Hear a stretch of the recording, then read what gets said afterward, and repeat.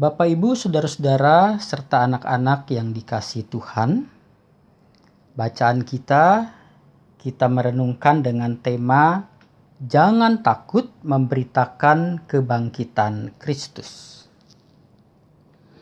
Saudara-saudari kekasih Tuhan, setiap orang dalam hidupnya pasti pernah merasa takut. Karena rasa takut adalah bagian dari naluri alami kita manusia untuk dapat bertahan hidup. Rasa takut membantu kita menyadari adanya bahaya, sehingga muncul keinginan untuk menjauh atau untuk melindungi diri dari bahaya tersebut. Misalnya, saudara-saudara, dalam situasi sekarang ini, bila kita keluar rumah, kita memakai masker. Lalu kita menjaga jarak dengan sesama yang lain. Lalu selalu mencuci tangan. Pakai hand sanitizer bila perlu, atau disinfektan kita semprotkan. Dan masih banyak lagi yang lain. Semua itu, saudara-saudara, kita lakukan karena rasa takut tertular virus yang saat ini sedang merebak. Saudara-saudara, naluri rasa takut tentu sangat berguna. Tapi hidup dalam rasa takut tentu sangat tidak nyaman. Betul nggak, saudara-saudara? Apakah kita nyaman kemana-mana harus pakai masker, harus jaga jarak, dan anak-anak tidak bisa bermain dengan teman yang lain di luar rumah dan sebagainya? Tentu semua itu tidak nyaman. Apalagi bila rasa takut itu menguasai hidup kita. Kita pasti tidak dapat berbuat apa-apa karena ketakutan itu sendiri. Saudara-saudara kekasih Tuhan, bila kita dikuasai rasa takut, maka kita tidak berani untuk menghadapi kenyataan. Atau kita akan menghindar dari kenyataan, atau sedapat-dapatnya kita selalu bersembunyi. Dan bahkan bisa juga kita lari dari kenyataan dengan tindakan-tindakan yang nekat. Bila kita dikuasai rasa takut, maka kita tidak dapat melakukan tugas pekerjaan sebagaimana seharusnya. Saudara-saudara dan anak-anak yang dikasihi Tuhan, kondisi seperti itulah yang dialami murid-murid Yesus sejak Yesus ditangkap, diadili, disalibkan, mati, dan kemudian dikuburkan. Kondisi murid-murid saat itu hidup di dalam ketakutan. Beberapa hal yang kalau kita teliti dari kitab suci menunjukkan bahwa mereka hidup di dalam ketakutan. Di antaranya, saudara-saudara, murid-murid meninggalkan Yesus sejak Yesus ditangkap dan diadili. Bahkan ketika ia disalibkan, mati, dan dikuburkan. Memang ada beberapa orang yang masih coba mengikuti. Misalkan Petrus mengiring dari jauh. Tapi akhirnya ia menyangkal Yesus karena rasa takut dan mengatakan ia tidak mengenal Yesus. Atau di dalam Injil Yohanes dicatat bahwa Yohanes, murid yang dikasihinya, masih tetap hadir ketika Yesus diadili dan bahkan ketika Yesus disalibkan dan mati. Tetapi pada waktu Yesus dimakamkan, apakah ada murid-murid yang hadir? Matius mencatat, saudara-saudara, hanya perempuan-perempuan yang hadir pada waktu pemakaman Yesus.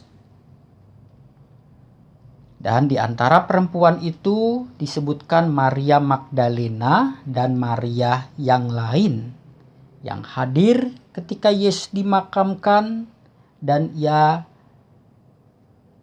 tinggal beberapa saat di makam Yesus. Murid-murid dalam ketakutannya cenderung meninggalkan Yerusalem. Dan mereka melupakan semua kenangan bersama dengan Yesus, termasuk perkataan dan pengajarannya. Bahkan mereka ingin kembali hidup kepada kehidupan yang lama karena rasa takut. Bahkan murid-murid karena rasa takutnya melupakan apa yang pernah Yesus katakan bahwa ia akan diserahkan mati, tetapi pada hari yang ketiga ia akan bangkit. Murid-murid melupakan itu. Dan bahkan dua orang wanita yang datang ke kubur Yesus dalam bacaan kita, mereka juga lupa bahwa Yesus akan bangkit pada hari yang ketiga. Itulah sebabnya mereka datang hanya untuk menengok kubur, untuk mengurapi mayat Yesus. Dan ketika datang ke kubur, mereka pun khawatir, mereka takut. Apakah ada nanti orang yang akan menggulingkan batu penutup kubur? Bayangkan kehidupan murid-murid saat itu. Mereka berduka. Mereka kehilangan orang yang mereka kasihi. Mereka merasa putus asa. Dan mereka hidup dalam ketakutan. Kehidupan mereka adalah kehidupan yang murung dan suram. Karena kehilangan arah dan tujuan hidup. Tapi bila kita perhatikan kehidupan murid-murid setelah kebangkitan Yesus, saudara-saudara, kita akan dapati perbedaan yang sangat besar terjadi. Ketika Yesus sudah bangkit, kita membaca di dalam Kisah Rasul pasal-pasal yang pertama. Mereka berkumpul di Yerusalem. Padahal Yerusalem adalah kota kenangan pahit mereka. Mereka ingin pergi sebelumnya meninggalkan Yerusalem, tetapi ketika Yesus bangkit, mereka berkumpul di Yerusalem, mereka bersaksi tentang Yesus dengan berani. Orang-orang yang tadinya takut mati, kini berani mati demi nama Yesus. Itulah murid-murid. Yang mereka lakukan setelah Yesus bangkit, bahkan mengubah tradisi agama Yahudi yang beribadah pada hari Sabtu, yaitu hari ketujuh, hari Sabat. Mereka menjadikan ibadah mereka menjadi hari Minggu, yaitu hari yang pertama. Di mana hari itu Yesus bangkit dari kematian. Pertanyaannya, saudara-saudara, bagaimana bisa perubahan besar terjadi pada diri murid-murid? Bagaimana bisa kehidupan murid-murid berubah 180 derajat dari takut, putus asa, kemudian menjadi orang yang berani dan penuh sukacita? Jawabnya, saudara-saudara, karena terjadi perjumpaan dengan Yesus yang bangkit, itu mengubah ketakutan menjadi keberanian dan sukacita. Perjumpaan itu, saudara-saudara, berawal dari perempuan-perempuan yang datang ke kubur Yesus. Dalam bacaan kita dikatakan ketika mereka datang ke kubur itu terjadi gempa. Pintu kubur terbuka. Mayat Yesus sudah tidak ada. Lalu malaikat berkata, "Janganlah kamu takut." Mengapa? Malaikat itu katakan, "Jangan kamu takut." Sebab Yesus bangkit seperti yang dikatakannya, kata malaikat itu. Saudara-saudara, kata "jangan takut" oleh malaikat itu bukan saja mau menyatakan agar mereka tidak takut dengan fenomena yang mereka lihat saat itu, yaitu ada gempa yang dahsyat dan ada sosok makhluk ilahi yang ada di depan mereka. Bukan hanya itu, tetapi juga mau menegaskan perbedaan kehidupan sebelum Yesus bangkit dengan sejak Yesus bangkit. Sebelum kebangkitan Yesus, murid-murid hidup di dalam ketakutan. Tapi malaikat itu mau mengatakan, kini Yesus bangkit, maka jangan takut lagi. Karena bila Yesus bangkit, saudara, seperti yang dikatakannya, itu berarti perkataannya, firmannya itu digenapi. Kalau perkataan Yesus, janji Yesus digenapi, maka Yesus bisa dipercaya, dipegang janjinya. Dan ia bukan Yesus yang mati, tetapi Yesus yang hidup. Dan perkataan-perkataan dan janji-janjinya bisa kita pegang di dalam hidup ini. Lalu dikatakan mereka pergi dengan takut bercampur sukacita. Mendengar berita kebangkitan dari malaikat, mereka ternyata masih merasa takut. Sekalipun rasa takut telah bercampur dengan sukacita yang besar. Namun, saudara-saudara, ketika mereka mengalami perjumpaan dengan Yesus yang bangkit, dan Yesus meneguhkan iman mereka dengan menegaskan, "Jangan takut."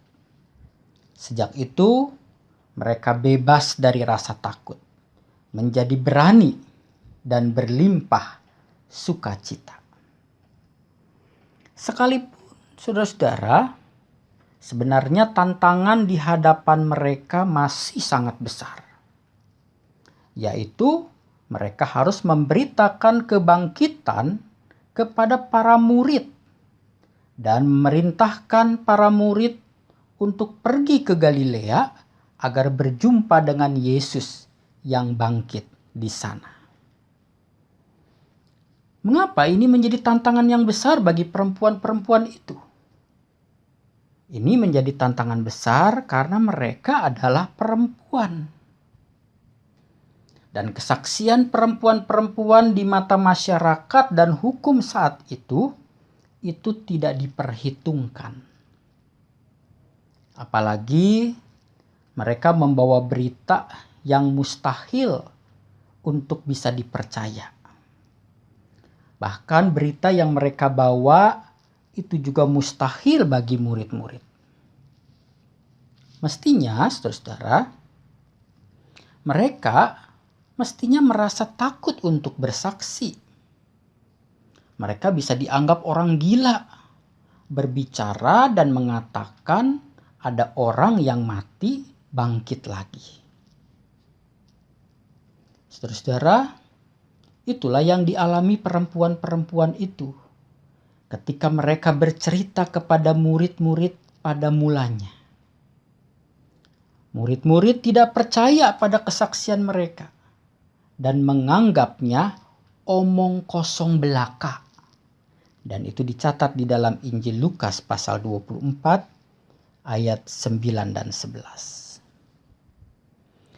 Namun karena perempuan-perempuan itu terus bersaksi dengan berani, dengan sukacita, dan tentu dengan perubahan besar terjadi pada diri perempuan-perempuan itu, maka para murid akhirnya percaya. Dan mereka kemudian mengalami perjumpaan dengan Yesus yang bangkit, sehingga mereka menjadi orang-orang yang berani memberitakan kebangkitan dan keselamatan di dalam Yesus. Saudara, perjumpaan dengan Kristus yang bangkit telah mengubahkan hidup perempuan-perempuan itu dan murid-murid Yesus yang lain. Dan karena mereka itulah, maka berita kebangkitan itu juga sampai kepada kita saat ini. Saudara-saudara yang dikasihi Tuhan, seorang bapak yang sudah menjadi Kristen sejak kecil bercerita bahwa ia tetap masih hidup di dalam kegelapan demi untuk meraih kekayaan. Karena baginya Yesus sama saja dengan tokoh-tokoh agama lainnya yang hanya mengajarkan kebaikan tapi tidak berkuasa mengubah kehidupan. Sampai suatu ketika ia bercerita bahwa ia mengalami perjumpaan dengan Tuhan. Ketika ia mendengar pemberitaan firman di dalam nas yang mengatakan, "Hai kamu orang bodoh, pada malam ini juga jiwamu akan diambil." Itu terdapat dalam Lukas 12. Sejak itu ia bercerita bahwa hidupnya berubah. Dia sadar bahwa tidak ada lagi yang harus diutamakan. Dia tidak lagi menjadi hamba uang, tetapi ia terus belajar untuk menghargai hidup yang diberikan Tuhan, dan ia mau pakai untuk menyenangkan Tuhan. Sejak itulah dia bisa dikatakan menjadi orang Kristen, menjadi pengikut Kristus. Hal yang lain, saudara, saya pernah membaca sebuah kisah seorang pramugari yang bukan Kristen. Ia bercerita sering mengalami ketakutan ketika bertugas dalam penerbangan. Ketika tidak bertugas, ia tinggal bersama teman-teman pramugari lainnya dan tempat tinggalnya itu jauh dari orang tuanya. Suatu hari dikatakan ketika ia sendirian di tempat kosnya sementara teman-temannya sedang bekerja, ia mendengarkan lagu rohani dari CD temannya. Ketika ia mendengar lagu itu, ia merasa ada ketenangan bagi jiwanya. Dan sejak saat itu ia berusaha untuk mengenal Yesus melalui membaca Alkitab milik temannya, dan ia terus-menerus mengalami perjumpaan dengan Yesus. Sehingga hidupnya penuh dengan sukacita dan damai sejahtera. Sekalipun saudara-saudara, ia kemudian setelah diketahui oleh keluarganya, ia diancam. Bahkan akhirnya ia menderita akibat iman Kristennya. Tetapi semuanya itu dapat ia jalani dengan berani. Dan ia tetap berpengharapan. Saudara, itulah juga yang terjadi pada murid-murid Yesus. Yang mengalami perjumpaan dengan Yesus yang bangkit. Hidupnya diubahkan dari ketakutan menjadi berani. Dari putus asa menjadi sukacita dan berpengharapan. Saudara kekasih Tuhan, berdasarkan firman ini kita merenungkan. Kristus yang bangkit 2000 tahun lalu adalah Kristus yang hidup dan beserta kita sampai saat ini. Bahkan sampai kesudahan zaman. Kita merenungkan, sudah berapa lama kita menjadi Kristen sampai saat ini? Sudahkah kita mengalami perjumpaan pribadi dengan Kristus yang bangkit dan hidup? Apa bukti perjumpaan itu, saudara? Adakah perubahan terjadi dalam hidup kita?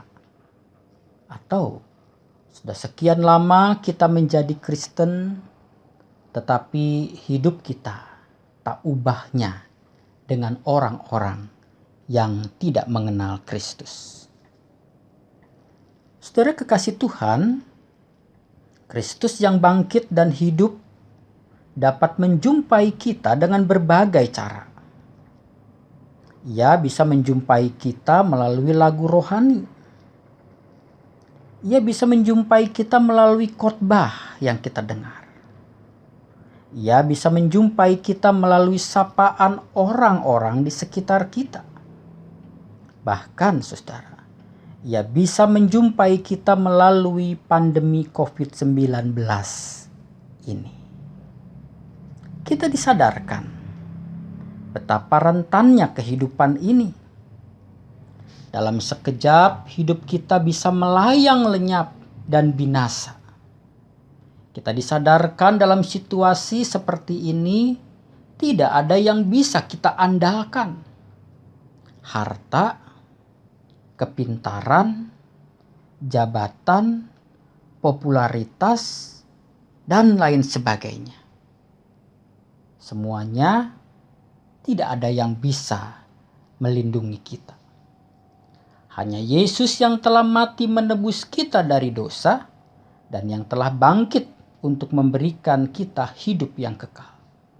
Dialah yang bisa kita andalkan dalam hidup ini dan hidup kita nanti. Karena itu, mari kita jalani hidup ini dengan berani. Karena Kristus yang menang atas kematian, Ia beserta dengan kita. Dan kita pun boleh menang atas setiap persoalan hidup kita bersama dengan Dia. Selamat Paskah. Kristus hidup, ada pengharapan untuk hari esok. Amin. Demikian firman Tuhan. Berbahagialah setiap orang yang mendengar firman Tuhan dan memeliharanya. Haleluya.